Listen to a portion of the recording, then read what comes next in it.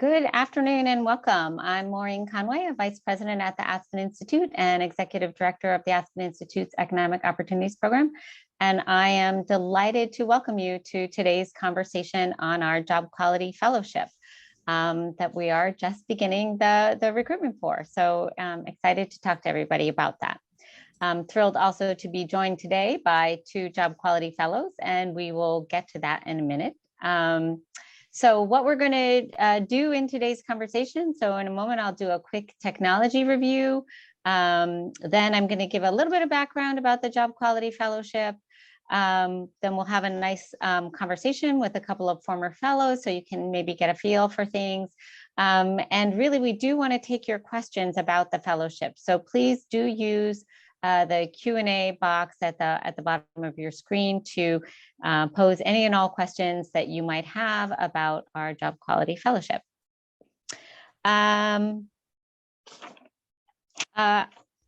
also do want to give special thanks to Prudential Financial, the W.K. Kellogg Foundation, and the Cerner Foundation for their support of our Job Quality Fellowship initiative. And thanks to all of you for joining us today. So on the technology, before we begin, just to note, all attendees are muted. We will be handling, as I mentioned, your questions through the Q&A box. So please do put questions there, but feel free to introduce yourself, share resources or other kinds of things in the chat function. I encourage you to sort of use that as well. If you have any technical issues, please chat to us, or also you can email us at eop.program@aspeninstitute.org. The webinar is being recorded, and we'll share sort of the recording on our website. So no need to take notes. You can listen and engage and go back to it later if you'd like to. Closed captions are also available for this discussion. So just click the CC button at the bottom of your screen to activate closed captions if you'd like to use that option. Okay. So just briefly on our timeline where we are in the application process. So right now you can submit nominations. You can nominate yourself. You can nominate somebody else. The nominations will close December 15th.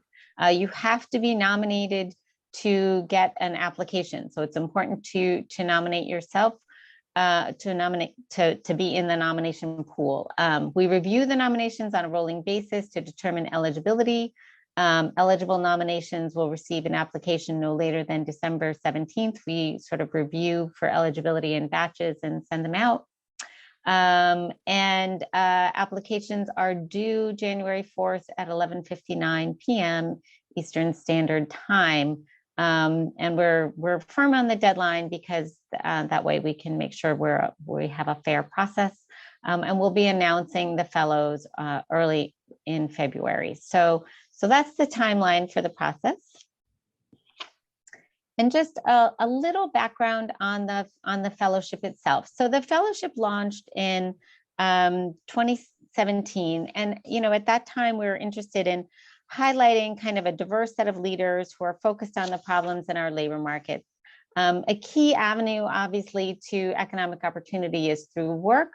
But, as we've been sort of trying to connect people to work, to expand their ability to access quality economic opportunity, we're finding that too many people are connected to work that doesn't really give them sort of a sustainable livelihood or a path forward. I think,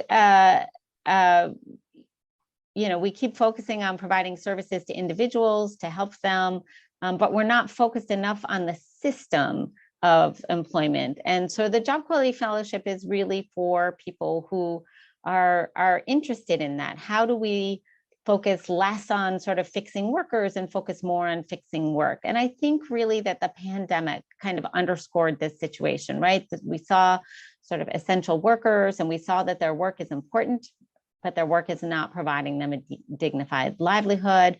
Too many of them are exposed to dangers in their work, dangerous working conditions.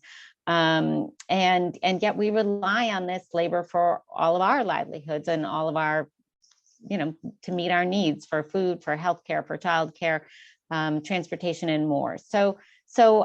So really addressing this, what we call a job quality crisis, is kind of the work of the Job Quality Fellowship. And the Job Quality Fellowship aims to support and celebrate change makers who are doing this work. So as I mentioned, the first two cohorts of fellows were intentionally diverse, drawing fellows both from business, from labor, from education, from local government, community development, finance, and more. And that's because we believe all actors really can play a role in addressing the job quality crisis. But this particular fellowship, we're sort of developing a narrower focus than those first two classes. And we're really interested in this intersection between workforce development and worker organizing and advocacy. Leaders in both of these fields have a strong interest in job quality, but they have different strategic approaches, philosophies, they have different organizational assets. So this cohort of fellows will explore the possibilities for these two fields to leverage each other's strengths towards shared goals. We expect for this class of fellows that about half will come from workforce development and the other half will come from labor unions, worker centers, and other organizations involved in sort of expanding worker power and advancing worker rights. So that is kind of the frame for this fellowship. So I think that's what I will stop, because now I get to introduce two wonderful fellows who are sort of amazing exemplars of this.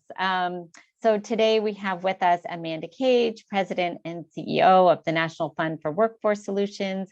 Amanda joined the National Fund in March of 2020, bringing 25 years of federal workforce system grant making and organized labor experience to the National Fund.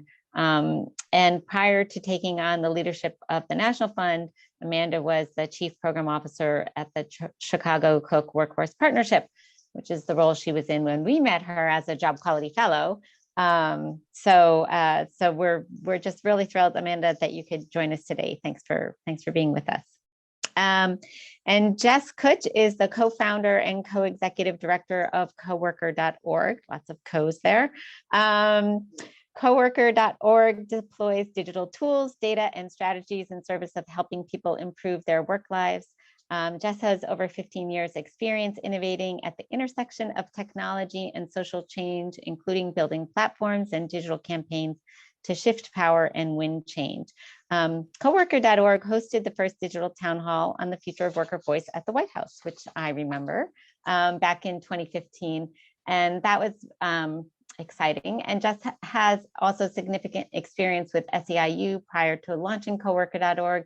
So I think she has a really interesting experience of thinking about these questions of worker organizing and worker power building from a variety of different angles, and really thinking about sort of the ways technology is changing our economy and the ways technology can change things for workers in different ways. So I think that's an exciting experience to bring into this conversation. So thank you, Jess, for joining us today.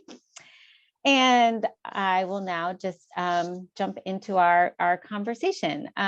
You've both been advancing job quality for a while. And I guess to start, I'm going to ask you both if you could sort of think back to when you found out about the Job Quality Fellowship, and think about what drew you to apply to it. Why did you think it was an interesting sort of opportunity for you? And maybe share sort of a few highlights of your experience as a Job Quality Fellow and how it's impacted your work. And Amanda, let me start with you. Sure, and thank you, Maureen, for having us here today. It's very exciting that there's going to be a third cohort of the Job Quality Fellowship. So when I was part of the Job Quality Fellowship, I had been in the workforce development field for about a dozen years, half of that in philanthropy and half of that as part of the public workforce system. And I had watched us go in and out of a recession where a lot of people lost their jobs, and the public workforce system in particular really was a lifeline to folks as they were dealing with that disruption in their lives. And in some places, we were doing a really good job for folks who came into the workforce development system, who were able to get training, maybe connect a little career counseling, connect to a new industry or occupation. We were able to do something for those folks. But there are people that we really weren't able to do as much for as we thought. There are a number of people who came into that situation who were living paycheck to paycheck before they were laid off or lost their jobs. Or people who were laid off and lost their jobs and had depleted their savings while they were unemployed. And they just didn't have the time and the money to engage in training. And for those folks, we just kind of tried to get them back into the workplace.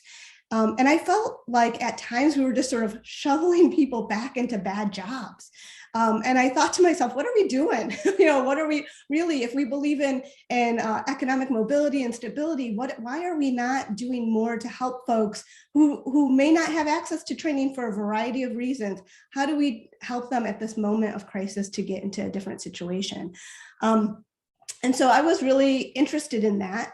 I often say that in workforce development, quality jobs is like the third rail. We don't talk about that. We have employers play a very important role in our work, and whatever they say kind of goes, and we are excited that they're working with us. And so we don't question them, and we don't question their workforce practices. We don't question the kinds of jobs they had. And so that really, when I saw the Job Quality Fellowship, the idea of like sitting around a room with other people talking about this issue that I felt like I was never able to talk about was really appealing. I will say that there are a couple things that were really meaningful to me around the Job Quality Fellowship. The first is I anticipated that the group would be a lot of worker advocates. And when I got to the Job Quality Fellowship, there are people who represented so many different sectors of the work. And I was surprised by that. And it was very heartening to me to see that people in community colleges and CDFIs, employers, businesses were part of this, what I thought of as sort of like a movement that had this little group of folks. So I got to see people working on this issue from lots of different angles. And obviously the biggest change for me is I left my job. I left my job to come and be the CEO of the National Fund for Workforce Solutions. And I am incredibly proud to lead an organization that was on the forefront of this conversation, really when people weren't talking about it, and very excited to continue that work. Great, thanks, Amanda. Jess, let's hear from you.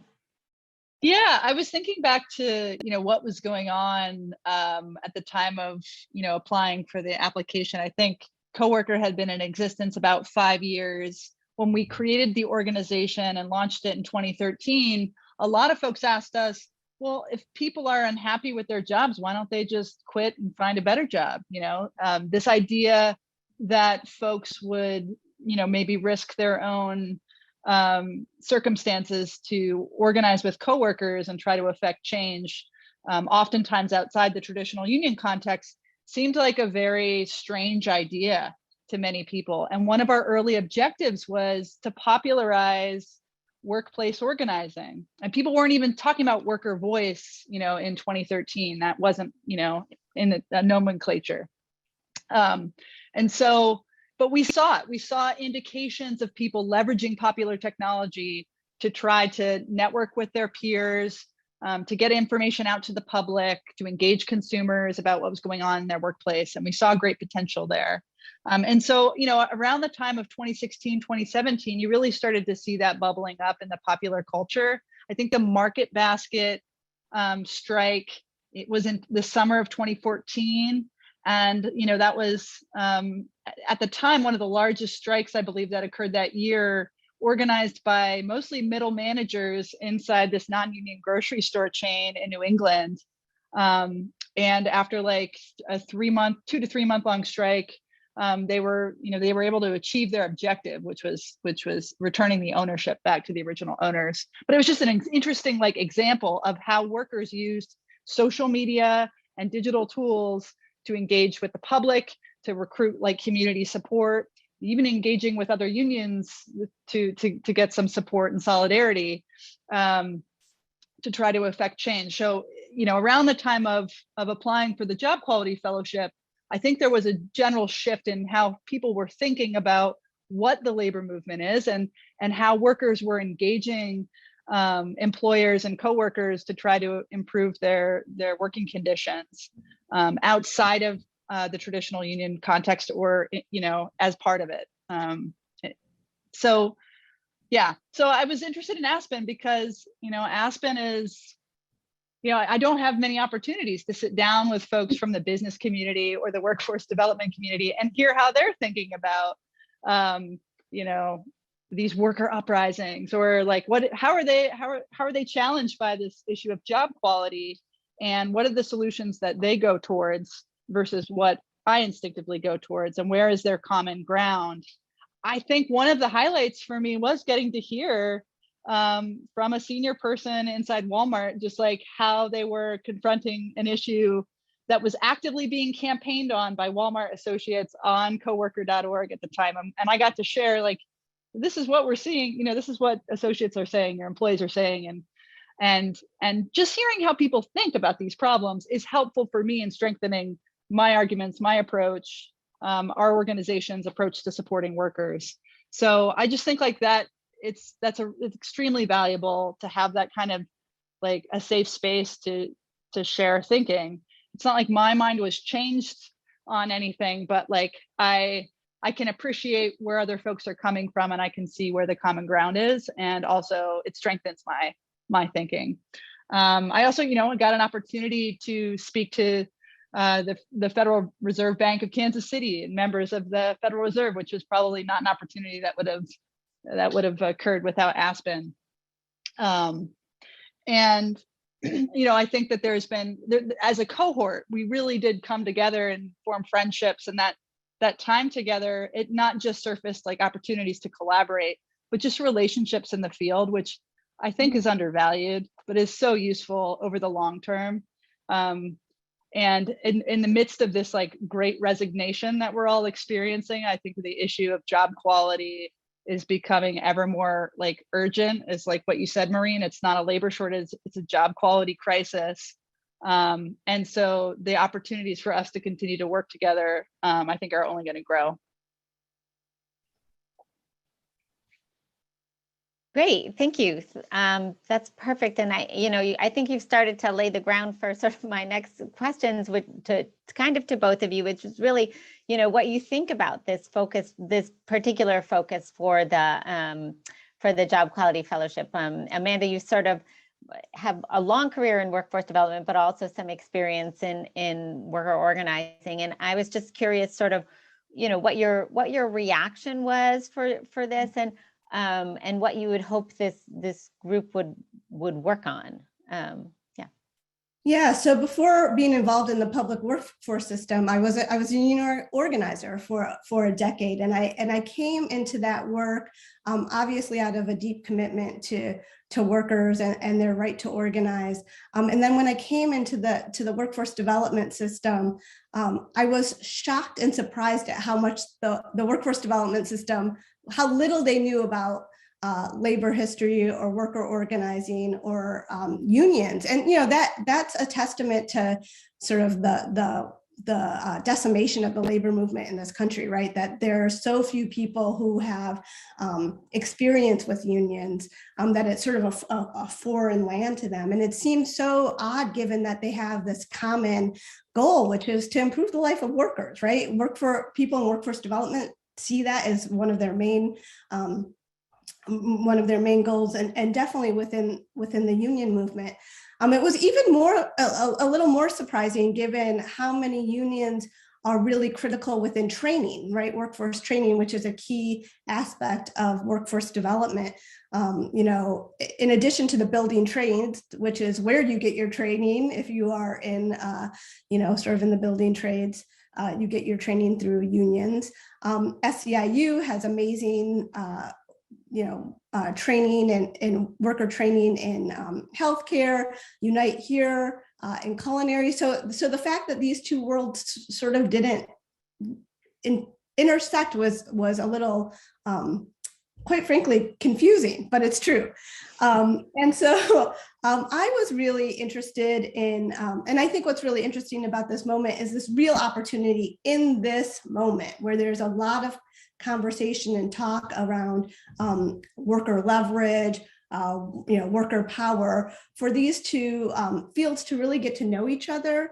And I would say from the workforce development side, I think the union movement and the labor movement have a lot to teach around things like equity and fairness and democracy and worker voice, which are just tenets of all the work that the labor movement does, but also in dealing with employers.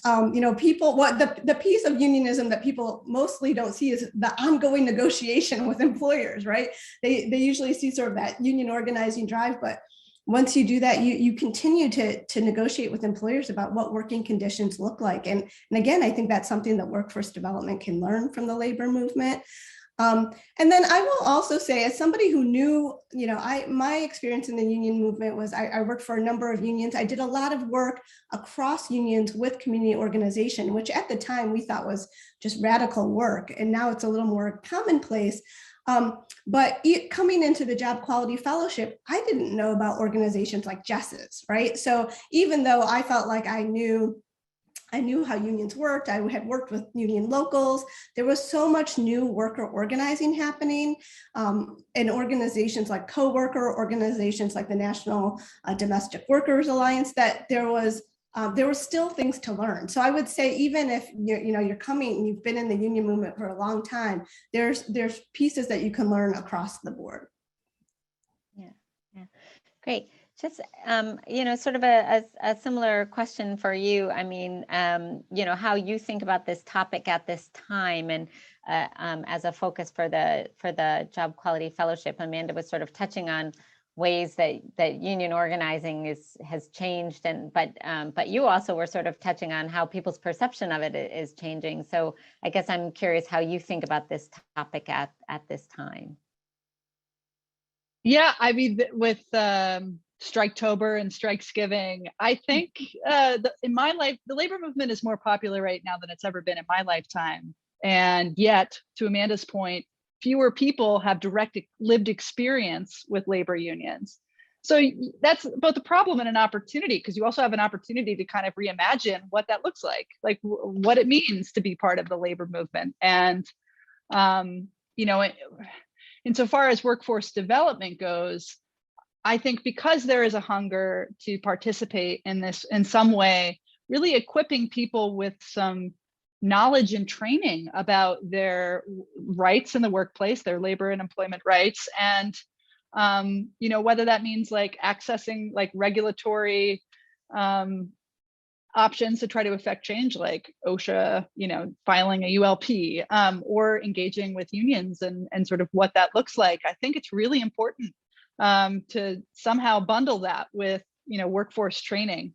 And I'm interested in that conversation. I don't come from that world, and so I don't know what that could look like, but I think we get asked every day by workers that we're supporting in a variety of sectors, what are my rights here? Is my manager allowed to do this? Hey, this seems like it's unsafe. What should I do? Like people don't know these things. And it's like, whether you're in a union or not, that's like a basic starting point to be able to start having a conversation with both maybe your supervisors, but also your coworkers that, your rights are being violated and what you should do. So I'm hoping that can be something that comes out of this next cohort, maybe could be explored more, is what that could look like. Yeah, great. And I want to encourage the audience. I see that we're starting to get a few questions in the Q&A box, so please, we're going to be getting to those soon. So I do want to ask you to maybe say a little bit more about, sort of what you hope this next group would accomplish, right? I remember back when we started, when Mark Popovich and I started kind of chatting with all of you, and we built that statement of purpose, really kind of building a shared vision. I think it surprised Mark and I how much shared expectation there was on the group, and how little sort of disagreement there was about that statement. And I guess if you think about that experience, I'm wondering what you're hoping this group might accomplish with sort of a narrower focus, what that could look like. If you have any thoughts about that. Yeah, I think part of it is just, Maureen, you mentioned earlier that each of these each of these areas have their own approaches and philosophies and organizational assets. And I think it's really important, anybody who's trying to make change, understand how other institutions work like that. And I think this is an amazing opportunity for folks, both coming from the labor movement and coming from workforce development. Both of those fields are very opaque. They're hard for people to understand. There's all these acronyms. Both of them have these acronyms where it's almost like you have a secret language that you have that nobody understands, structures that are very different, procedures and processes.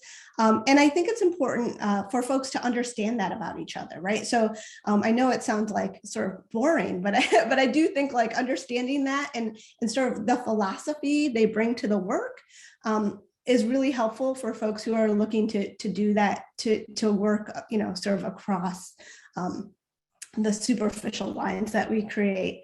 I would also say that personal connection that Jess mentioned earlier, those close professional relationships have made a huge difference for me in terms of having just a cadre of people who have the same, who are trying to do the same thing you're trying to do, as sounding boards, as thought partners, all of that good stuff. And those relationships have continued both with individuals, but I would say as organizations have connected. I would say, for folks to actually do work together. I think early in those days, we were still trying to define job quality. We were all about like manifestos and treaties and statements, like, and even gathering resources, like that's been done. We've done that. Like, congratulations to us, we did that work. Now it's time just to use those things out in the field and spread them deep and spread them wide.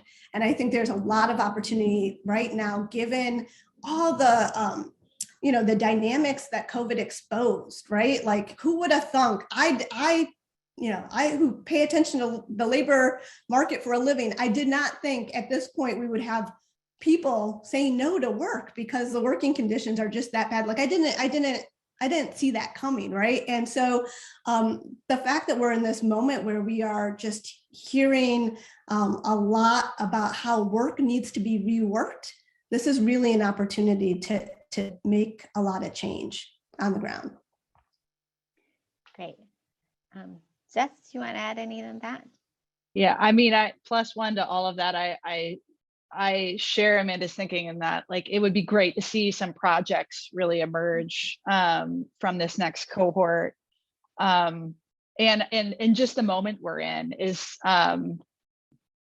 seems rich with opportunity. I know there are many sectors complaining about hiring and retention. And so it really does seem like a new moment to have an opportunity about job quality within the context of worker voice and workforce development. So I'm just hoping some experiments kind of emerge from that. And then I would also say I would love to see some thinking done around how technology is changing the way we work and like what impact that has on job quality and worker voice. Issues like algorithmic management. Coworker just put out a report on, that covers 500 different pieces of surveillance technology that's in use in workplaces around the world. So just like thinking about how those changes require maybe some different approaches in our field to address the needs that workers have. I would love to see some collaboration on that. Yeah, great, good. And I'll look forward to reading that report. Okay. So I'm going to start just diving into these questions. I see we have a critical mass here, so I can see how many questions we can answer in sort of a short time. So let's see if I start with what's now at the top of my screen. What role does economic development play at state and regional levels as it relates to supporting job quality? Should tax incentive structuring be a tool utilized to support the quality of jobs created in region? Is it a function of incentives to do this? I mean, I think those are all good questions about economic development and the role that economic development should play. I think you could probably find different opinions within the Job Quality Fellowship about that. I certainly have my opinions about what role economic development should play since I have a master's in that. But I'm not sure I don't know if either of you want to add anything to that. having to say, okay. You know what? I'll add something to that because Okay. I will say that especially as it's structured both at the state level and usually at the city or municipality or uh, uh, county level, workforce development is really driven by economic development. When you think about who sort of who oversees that, those resources that come on the ground, oftentimes it is really deployed with an eye towards how do we attract and retain businesses in our locality, right? And so workforce development is one of those strategies. So workforce development is often part and parcel with economic development, just in terms of how that work happens on the ground. Yeah. Okay. Yeah, that is true. Although I do think that there are some issues with sometimes how the tax incentives are structured, but there we are. Is there a specific role of person? I'm sorry, my computer seems to and I guess within an organization, is there a specific level of person was I believe the question that has now lost me. So I guess I would say, you really do want to be, sort of have some influence over programming in your organization, right? I think we're looking for people who have some experience to bring and who have some level of authority within their organization that they can sort of think about the experience of the fellowship and make changes. I will say one of the things that we try to do, is our job sort of at the Aspen Institute is to really understand the fellows' work, to try to document it, lift it up so that other people can learn from it. We really do think about job quality fellows as exemplars for people to learn from. So you want to think about whether you can whether you're in that role. That doesn't mean that you have to be the executive director of the organization. And sometimes the executive director of the organization can have trouble committing the time, to be away from the organization for a period of days and be at meetings. So you want to think about that too. But you do want to have, at least a senior role within the organization. I don't know if Amanda or Jess, if you have any thoughts on that question at all. I don't know if this is about your position in an organization, but when I applied for the Job Quality Fellowship, in terms of my own professional development, I felt like I was at a crossroads. I had done the work that I had done for a long time. I was committed to workforce development, but I needed to see it and experience in a new and different way where I felt I could be making, like I had a senior enough position that I could make change and I could see this as a space to make change. So I would say for folks, especially people who are, in your second or third decade of work, it was a great experience. It was a great time for me to broaden my network. I had done a lot of work in Chicago. I had a lot of close colleagues and knew sort of the scene well in Chicago, but it's a great opportunity to build a national network, even if you do a lot of work locally. And it's a real opportunity to just have a new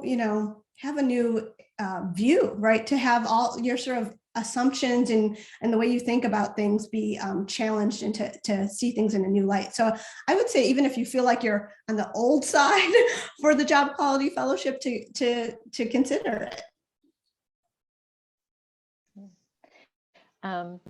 Great.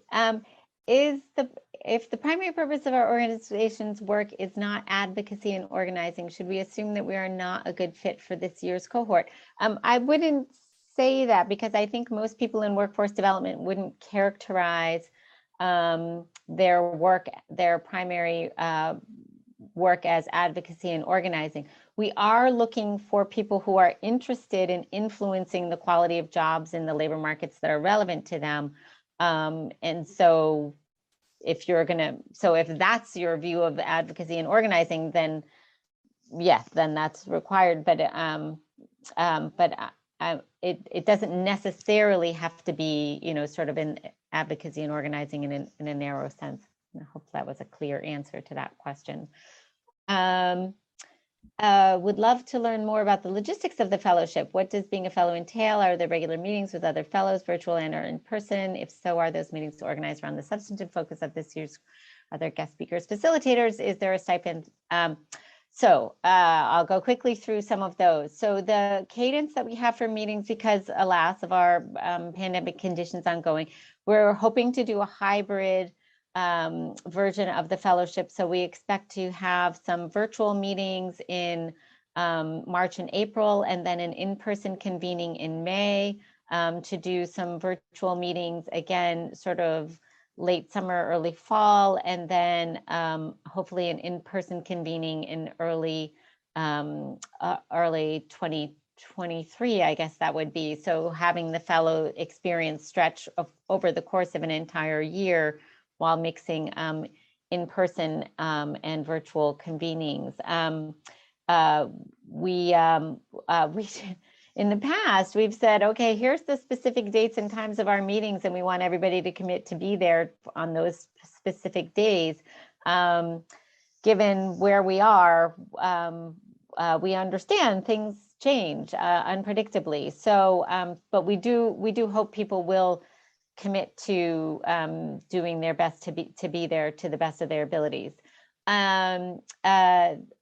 In terms of a stipend, there is not a stipend. However, for in-person meetings, we do pay all of your travel and lodging expenses and all of that that sort of thing. So that, I think, is the answer on cadence. And I guess I'm just curious, Jess and Amanda, if you might comment on sort of what you felt like the time commitment, good, was that hard or difficult, or how that time commitment felt to you? I'll say I wasn't sure going into it and was really pleased with, it felt very manageable, the time commitment. And I found the in-person gatherings extremely valuable. And, I think many of us travel too much, have too many in-person meetings. So I don't say that lightly. Like, it was actually valuable, it was worth it. And whether it was when we gathered in person in DC or on the Aspen campus in Colorado, it was just like having that dedicated time with each other, I think is why we have the relationships we have today. Yeah, great, thank you. Okay, does the Aspen team encourage candidates to have multiple nominators who may hold different roles, views of the candidate? Will the quality of nominations factor into the final review and selection of the candidate?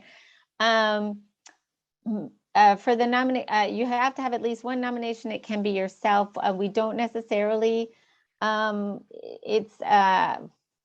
can I say about this?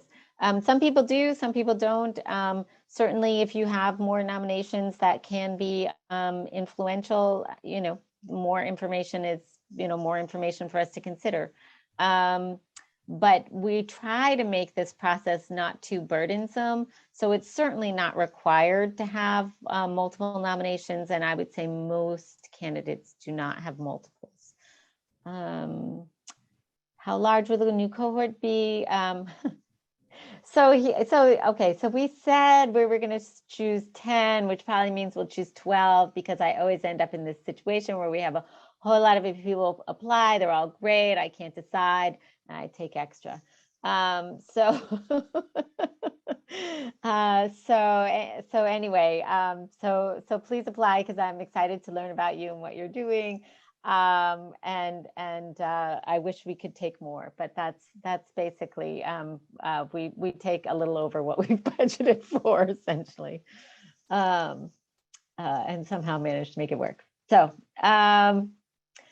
let's see, as you select the next cohort of fellows, will you have a focus on particular industries or sectors? Not really. This is the way we've narrowed it, is by these two fields of practice, but not necessarily by industry sector or anything like that. Let's see. Lots of folks with great backgrounds in the public sector and organized labor. Has Aspen considered applicants from the private sector who work in capacity building, economic development, braided funding, partnerships, etc.? We are not sort of saying what kind of organization somebody needs to sit within. It's more asking sort of, do you work within either workforce development or in sort of worker advocacy, worker organizing? So, so public sector applicants are nonprofit, private sector, depending on the work of the organization, it could be a fit. So so just take a look at the material, see if you think that makes sense for you.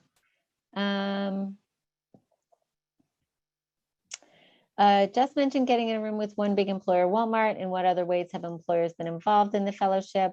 And there was that question about guest speakers. So we do have guest speakers sometimes, and we had a smaller employer in the second round of the fellowship.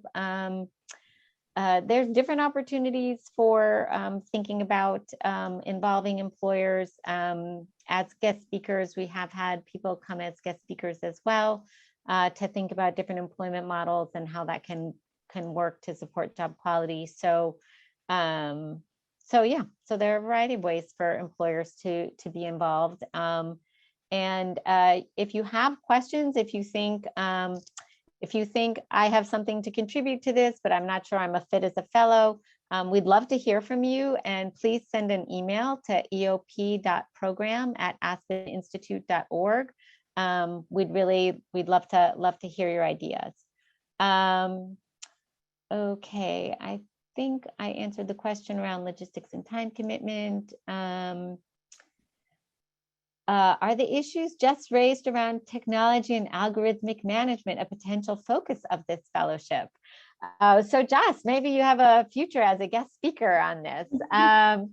I should say that I think one of the things we try to do in our early meetings with the fellows is try to, help them sort of get to know each other and help them find sort of some things that they want to focus on together. So there's a maybe for you. Jess, do you have anything that you want to add about what you would hope the fellows might do on this topic? Well, I'll just say what I think you were saying is it's up to the fellows to really determine sort of what they want to focus on. And maybe that's not clear. I mean, you all from Aspen didn't come in and say, this is what you should do. It was really what we decided as a group. So depending on I think it will depend in large part on who is assembled, who's part of this cohort, what expertise do they have, and kind of going from there. But I mean, yeah, I would love to have some folks that have experience dealing with the impact of technology in the workplace and with workers.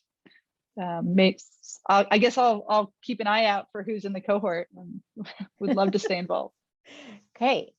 Okay, so there's a question about, given the challenge with COVID, the expectations of in-person engagement versus online interaction with the fellowship. I mean, this is something that we're all dealing with. As I mentioned, our plan right now is sort of this hybrid model. We're hoping to have some in-person time, because I think while we've done a lot of sort of convenings of different types virtually over the past couple of years now, it's really hard to replace that sort of in-person connection. So we really are hoping to do that. The Institute has pretty careful and strict protocols about safety for in-person gatherings. And obviously we follow local jurisdiction issues, but we also have our own protocols, because we really do want to make sure when we are in person that it's safe, and that it's safe and a good experience for everybody. So so that is kind of the best answer I think I can give at this point in time about sort of what our in-person might be. Yeah, I don't have anything else to say about that, I think. Okay. Obviously, not everyone who applies will be able to be part of the Job Quality Fellowship. Would Aspen consider releasing a reading list or share relevant materials so that learning can be shared? Yes. So this could be useful to organizations who want to bring more of their staff along on this job quality journey. So I sort of chuckled a little bit, because I'm not sure when I gave people readings that they really liked the readings very much. But we are happy to share things that we do read, but also I think it is a goal of ours to kind of share out from some of the conversations and try to distill information and some of the insights of the fellows in ways that can be shared out more broadly. So we will work on that, and we will try to share out from think of different formats and ways to share out. And We also did, I think, at one point develop a reading list. Maybe it was in our second cohort. And I think we just circulated it among the cohort, but that's a great idea to sort of circulate it out. So so I will keep that in mind. That's a good suggestion. Let's see. All right, now I'm this upvoting thing means questions move around all over the place and I'm losing track. And let's see. Can we solicit nominations from colleagues? Absolutely. Please do. How many nominations? Can I also Yes. make a plug for nominate yourself? I'm pretty sure I nominated myself. I mean, other people might have nominated me too, but I know I nominated myself. So do not feel like you can't nominate yourself. Now is not the time for shyness. Nominate yourself. Yes.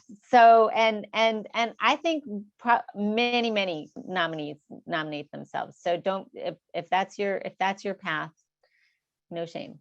In fact, I think most people nominate themselves. Let's see. Can we solicit nominations?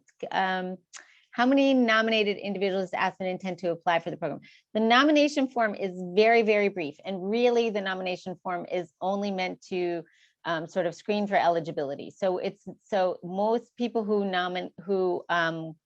fill out the nomination form, we're just looking to see, like, if you're, so for example, we're trying to sort of not have people who are, doing research in a think tank apply for this fellowship because they think that they do fellowships, right? So things like that, like it's a very broad screen. So we expect that most people who are sort of broadly eligible, we will then send an application, but we want to make sure not to waste anybody's time applying that it's just not a good fit for.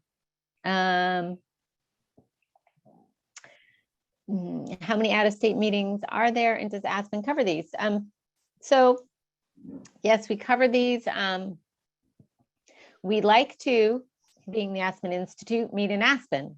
And it's a really nice place to have a group come together and bond. Excuse me, I'm a little frog. So we hope that we'll be able to bring this cohort out to Aspen to have a nice Aspen experience, but we'll see. But we cover all of the, excuse me, transportation expenses and all of that. So for this fellowship, I think we were thinking that we were hoping to have one meeting in Aspen and one meeting in DC, because that can also offer some networking opportunities, but we'll have to see how that works out.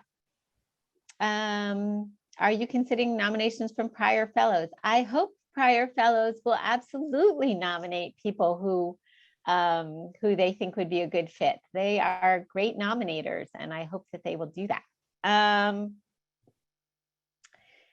Is there a monetary contribution to the fellow in their organization? That's a good question. I wish there were. I tried to raise money for that at various points, and alas, unsuccessful. If you know a funder that would like to fund some sort of challenge grants or something like that to our job quality fellows, please let me know. I'll try my pitch again.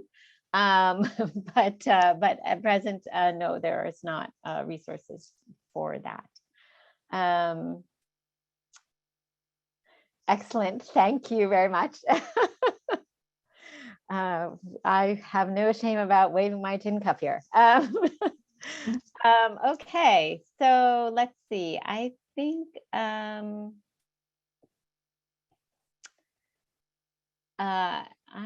most of these, let's see how I think I answered that. Let's see. So can the next cohort expect similar opportunities for discourse? And if so, what is the structure and nature of interact?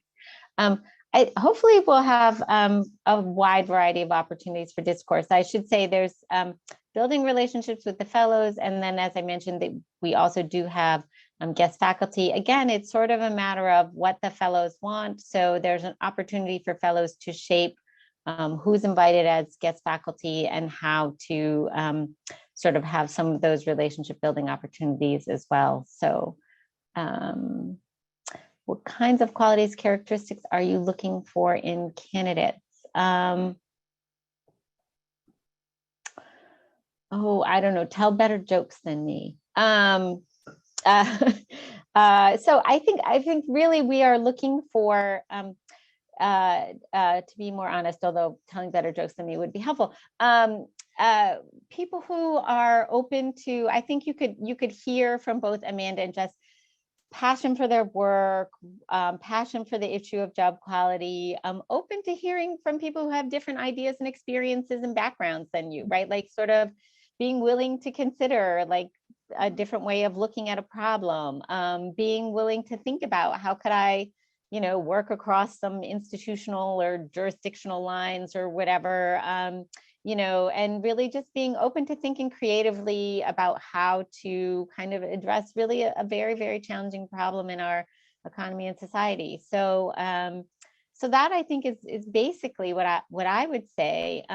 And Jess and Amanda, I'm going to ask you sort of what would you say are good, what makes for a good fellow that you want to be in a fellows group with? So, any thoughts on that? I was looking to Amanda to start. She's not taking. Go ahead. Go Jess. ahead. There you go. Wow, I wish I had more time to sit and think with that question. I agree with what Maureen said. I appreciate that we were all like a bunch of nerds, and I think I say that it's a good thing in my mind. And so just like, yeah, deeply passionate, and folks, I learned so much from people and these fields that I really knew very little about. So yeah, I think that curiosity and interest in hearing from folks from other fields, different kinds of practitioners, and trying to understand what problems they're solving is helpful. Yeah, I would add to that just the open mind issue. I mean, I think it's really easy when you do this work to feel really passionate and in some ways get really singularly focused on an issue. And it really opened my eyes to the variety of ways that we could think about job quality and the variety of actors who can be involved. And I would also say, and Aspen is a prestigious organization, and I think lots of people, that there's something about the namesake of Aspen. But I would really encourage folks to, this is a commitment. It is a time commitment. I would say it's a rejuvenating time commitment. I always felt the time I spent on the work gave me more energy than sucking energy out of me, but really not just committed for your own growth, but for like this is a movement, regardless of how you're coming to it, and really with a dedication, not like, oh, I'm a little interested in this, I'm going to dabble my feet in it, but like it's almost like you're joining this group of people who are going to be working on this for decades, and you should walk into it thinking about it that way. Yeah, Amanda, thank you. That was great because that kind of, we just have a couple of minutes left and I had wanted to ask you, and so maybe Jess, I'll go to you, and then maybe Amanda, if you want to add anything, but for what is your advice to people who are considering applying to the fellowship or to the next class of fellows? What would be your just couple pieces of advice to them? I mean, I think going into it, thinking about how you're going to, build on the relationships you're going to form in the fellowship is really helpful. How that'll inform your work and how you'll be able to leverage those relationships to have an impact on job quality. And yeah, I loved Amanda's point. I'm just going to steal it. Like the thinking about like a 10 to 20 year like project or movement that we're all kind of involved with, and what are the possibilities of the work we could do together. Yeah, great. Amanda, did you want to add anything? Or I would add the advice that you should ask for Jess and I to come back as faculty members. We'd love to see you in Aspen. Great. Well, I see we're just about out of time. I want to thank everybody for being here, for all the questions and engagement. This has been really great. If you think of a question later, Please ask. It's eop.program@aspeninstitute.org. We'd love to hear from you. This, as I mentioned, this will be recorded and put on our website so you can refer back to it. And thank you so much for your, thank you also to my fabulous colleagues, Mark Pavlovich, Mohona Siddiq, Tony Mastria, who all make all of these things work, and who have been key partners in the Job Quality Fellowship. And thank you all, and I look forward to hearing from you.